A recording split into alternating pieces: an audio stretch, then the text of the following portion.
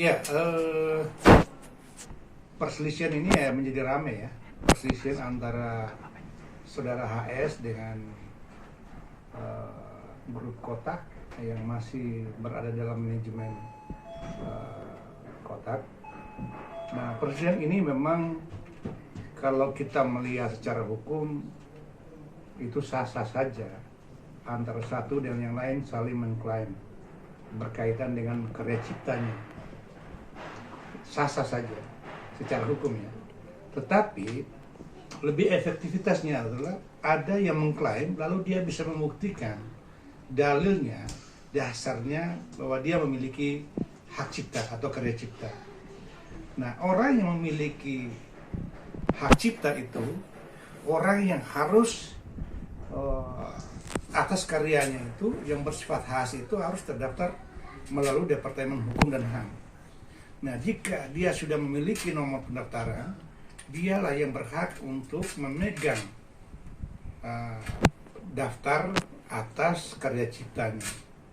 Jadi kalau rekomendasi Undang-Undang 28 tahun 2015 itu sangat jelas bahwa seluruh karya cipta baik dalam bentuk buku, tulisan karya ilmiah, termasuk dalam hal ini adalah lagu, itu harus didaftarkan dalam sebagai hak cipta.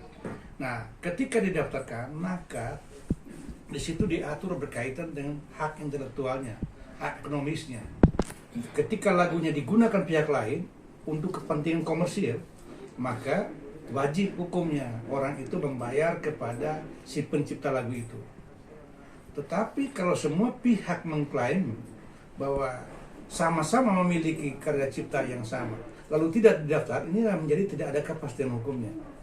Jadi semua orang bisa mengklaim bahwa itu karya ciptanya, tetapi tidak diperkuat oleh dasar bahwa dia sudah mendaftarkan karya ciptanya. Semua pihak, baik HS maupun Kotak, mempertahankan argumentasi masing-masing. Satu menyatakan bahwa saya punya, satu juga menyatakan bahwa dia punya. Satu melarang kepada yang lain. Persoalan larang sah-sah saja, tetapi ada nggak hubungan hukum pelarangan itu? Misalnya, saya punya lagu, saya punya buku, lalu diplagiat oleh orang lain. Saya melarang dong, saya mengirimkan somasi supaya buku saya tidak disalahgunakan. Karena buku itu menjadi karya ciptaan saya secara khas ya. Yang misalnya saya kasih contoh ya, buku saya ini Good Governance dalam Pemberantasan Korupsi. Semua tentang korupsi banyak orang yang membahas, tapi buku saya bersifat khas karena kemasan, karya tulisnya, bahasanya, narasumbernya semua berbeda dengan yang lain. Maka itulah namanya hak cipta. Lalu memperkuatkan dalam sisi legalnya, saya harus membuatkan ini. Daftar di Departemen Hukum dan HAM sehingga kita diakui secara kenegaraan bahwa kita memiliki ciptaan yang secara legal sudah didaftarkan. Nah, ketika sudah didaftarkan, misalnya salah satu pihak yang berselisih saat ini, satu mengklaim bahwa ini adalah ciptaan saya, lalu yang lain coba mempertahankan dan tetap menggunakan. Itu ada upaya hukumnya sepanjang dia bisa membuktikan bahwa ciptaan itu adalah memang terdaftar atas nama. Jadi pada dasarnya definisi ciptaan itu adalah seseorang, sekelompok orang yang memiliki gagasan, ide atau kemampuan intelektualnya menciptakan sesuatu yang bersifat khas, misalnya lagu. Jadi bisa seseorang, bisa sekelompok orang. Nah, pertanyaan, kalau kita kembali kepada case-nya Kotak ini, apakah setiap lagu itu menjadi karya bersama? Nah, kalau karya bersama itu pada waktu masih bersama, maka tidak ada menjadi sengketa.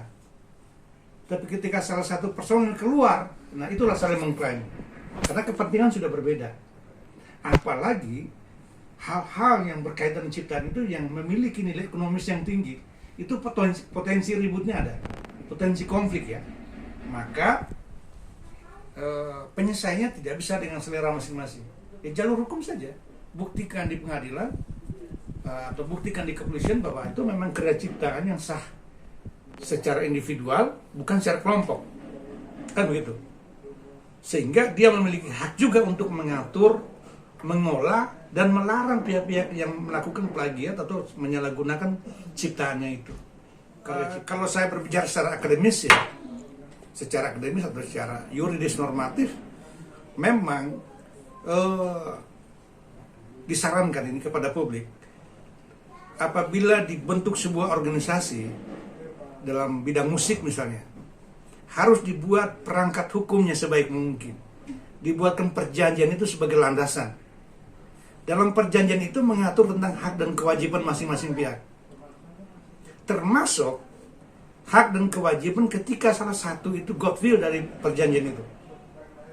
Misalnya satu yang mengingkari, dia keluar dari grup atau keluar dari komunitas itu, apa yang menjadi kewajiban dia? Apakah dia menghilangkan seluruh haknya di dalam perjanjian itu atau tidak? Itu sangat tergantung dengan perjanjian itu sendiri. Sama dengan perkawinan.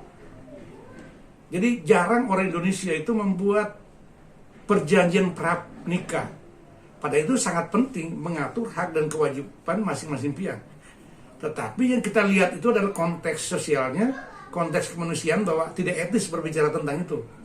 Padahalnya memang hukum sudah mengatur sedemikian rupa sebagai sarana untuk membatasi hak atau mengatur hak satu sama lain. Kalau ini seharusnya memang tetap menjaga etik komunikasi sebenarnya, dibangun komunikasi yang baik. Walaupun memang si pencipta itu misalnya ya, salah satu lagu sudah sangat jelas bahwa yang bersangkutan secara personal menciptakan. Lalu ketika dia keluar, dia bisa berbicara baik-baik.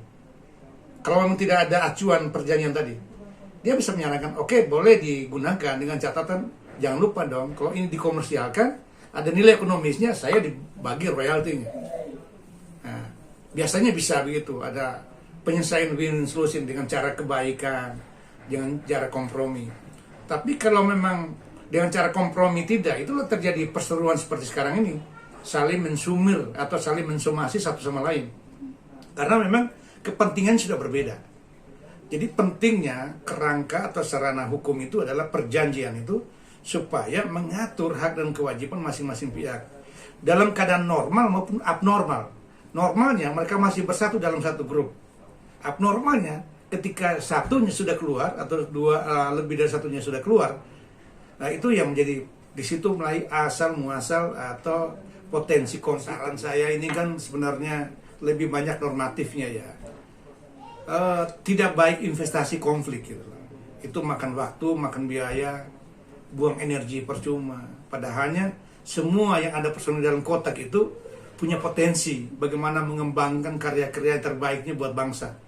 Sebaiknya ada persoalan duduk bersama, lalu lawyer juga memiliki spirit untuk mendamaikan dua belah pihak. Ya, itu kan jauh lebih bermanfaat dibanding perang media lalu saling menyindir gitu loh, atau saling mengucapkan kata-kata yang tidak etis dalam ruang publik. Itu menurut saya ya dihindari gitu ya.